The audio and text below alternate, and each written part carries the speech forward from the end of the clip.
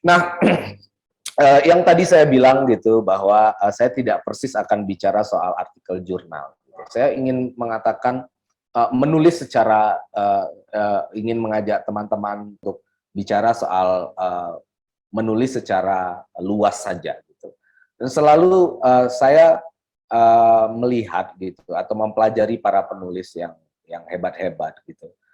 Menulis itu bagi mereka kultur, bagi mereka itu budaya, sesuatu yang berlangsung sehari-hari. Jadi apa namanya ya? Kalau saya tulis sembarang aja gitu. Jadi saya membayangkan akhirnya menulis itu harus seperti sarapan pagi. Banyak orang yang gitu yang tidak terbiasa sarapan pagi. Jadi kalau nggak sarapan pagi ya nggak masalah. Tapi para penulis yang produktif ya, yang banyak karya tulisnya, itu karena dia terbiasa menulis, satu waktu misalnya udah 3 hari tidak ada yang ditulis itu bagi dia aneh gitu ya. Ada yang apa ya rasanya yang kurang gitu dalam 3 hari ini. Dan sampai seperti itu gitu. Jadi kultur personal, jadi budaya pribadi menulis itu. Nah saya kira di dunia seni, di dunia kita, ya, di kesenian, hal yang semacam ini yang mungkin kita nggak punya. Gitu ya. Jadi kita seringkali menulis karena paksaan, gitu ya. Harus kita akui gitu. Kalau yang dosen sudah waktunya naik pangkat, baru dia nulis. Kalau yang dosen. Kalau yang mahasiswa sudah harus nulis skripsi, baru dia nulis. Atau sudah harus nulis jurnal untuk kalau enggak ijazahnya enggak keluar. Gitu ya. Jadi sudah ada harus, kata harus, yang datang dari luar, bukan harus yang datang dari dirinya sendiri. Jadi saya melihat tradisi atau budaya atau kultur menulis itu sumbernya adalah kerajinan. Jadi seperti ibu-ibu yang merajut gitu ya. Pertama-tama mungkin akan sukar, akan ada satu hal, dua hal yang kok rasanya susah sekali, bikin kalimat pertama aja susah, apalagi alinea pertama gitu kan.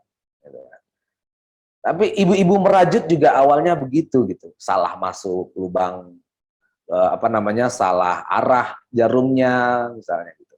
Tapi yang namanya kerajinan karena terus-menerus dilakukan, dicoba dan salah, diperbaiki, dicoba lagi, salah lagi, diperbaiki, kayak gitu terus-menerus. Nah, ibu-ibu tuh sampai bisa merajut tanpa begitu memperhatikan apa yang dia rajut kadang-kadang. Dia bisa sambil ngobrol, mungkin teman-teman bisa perhatikan, ada ibu-ibu yang merajut tuh sambil ngobrol dengan orang lain, ini tangannya udah bekerja sendiri. Gitu.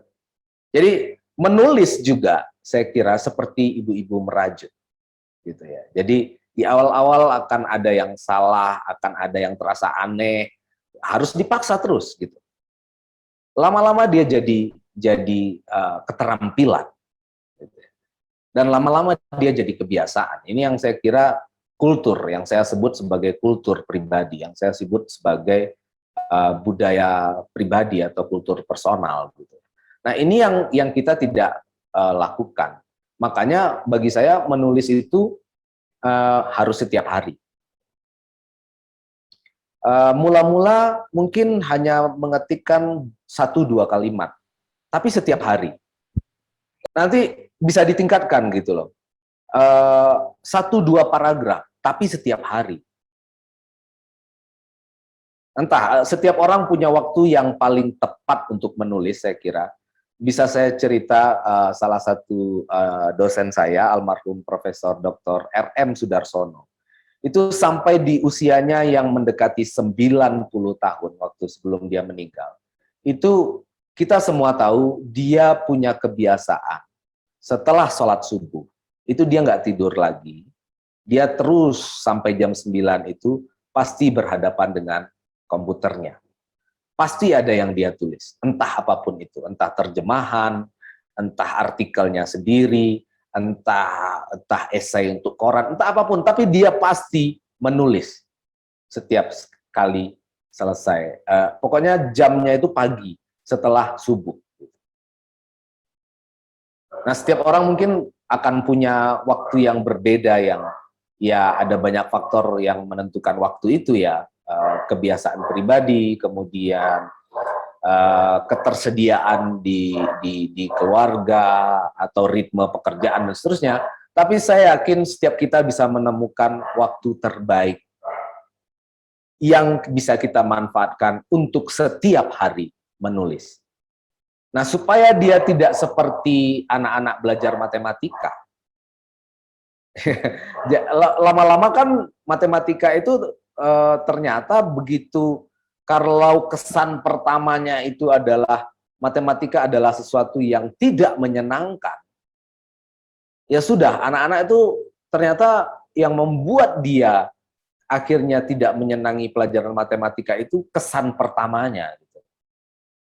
Nah, menulis juga saya kira harus diwaspadai kesan pertamanya kita menulis. Nah, celakanya mungkin kita sudah menulis dari awal itu karena keterpaksaan, karena PR di SD, gitu ya, harus bikin karangan. Gitu ya. Tapi itu kesan itu bisa kita buat yang baru. Jadi kalau saran saya, tentu kita harus membuat menulis sebagai satu kegiatan yang menyenangkan. Nah, karena itu jangan menulis sesuatu yang Anda tidak senang. Itu kuncinya. Tulislah sesuatu yang Anda senangi. Jadi menulis juga mendorong kita untuk jujur pada diri sendiri. Apa sebenarnya yang Anda senangi? Apa sebenarnya yang mengganggu pikiran Anda setiap hari? Apa sebenarnya yang teman-teman selalu kalau lihat itu tuh kok rasanya menyenangkan gitu. Jadi tidak harus menulis tari dulu, saya kira di awal-awal gitu. Tulislah sesuatu yang Anda senangi setiap hari supaya dia menimbulkan kesan menyenangkan gitu. Apalah gitu ya. Ada orang yang senangnya itu memperhatikan jenis-jenis makanan yang baru. Ya sudah, tulis itu saja. Tapi setiap hari ya, tulis. Ada orang yang senangnya itu memperhatikan kecenderungan-kecenderungan orang lain, entah kecenderungan fisik, entah kecenderungan mental gitu. Ya sudah, tulis itu untuk memulai gitu. Di awal-awal cukup 1-2 kalimat gitu ya. Tapi nanti bisa ditingkatkan 3 kalimat setiap hari, ditingkatkan 4 kalimat, nanti ditargetkan 2 paragraf setiap hari gitu. Nah, konon RM Sudarsono itu yang tadi kita singgung menyelesaikan terjemahan bukunya James R. Brandon yang saya kira di dunia tari juga salah satu rujukan yang tidak tergantikan kan. Bukunya James R. Brandon itu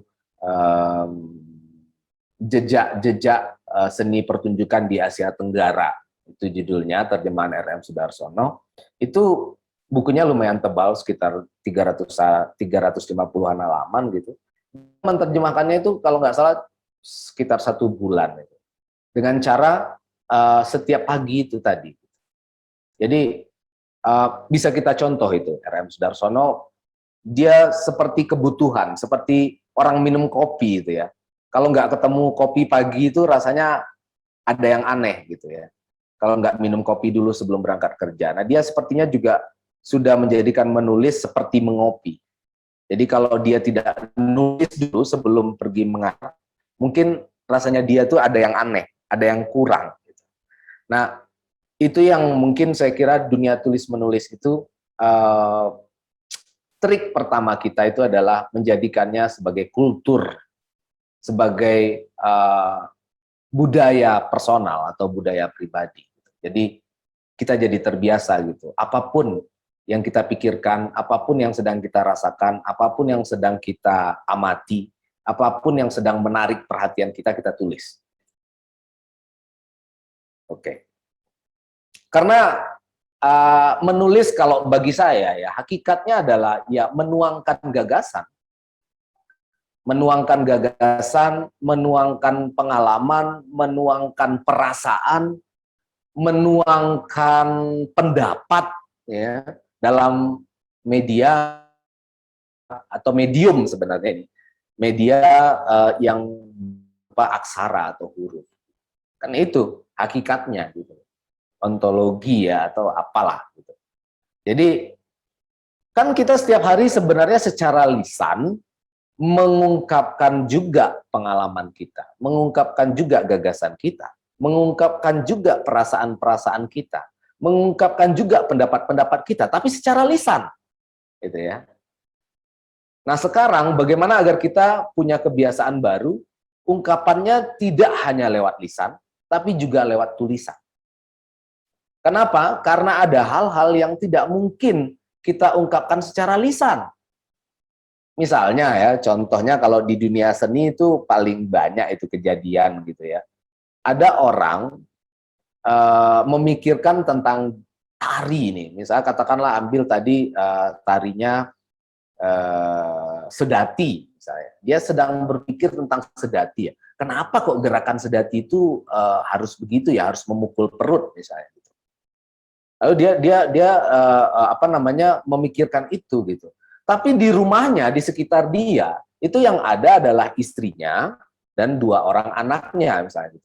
Jadi dia nggak mungkin diskusikan ini nih dengan istrinya gitu loh, karena nggak mungkin gitu. Dek, kenapa ya? Katakanlah istrinya orang hukum gitu ya.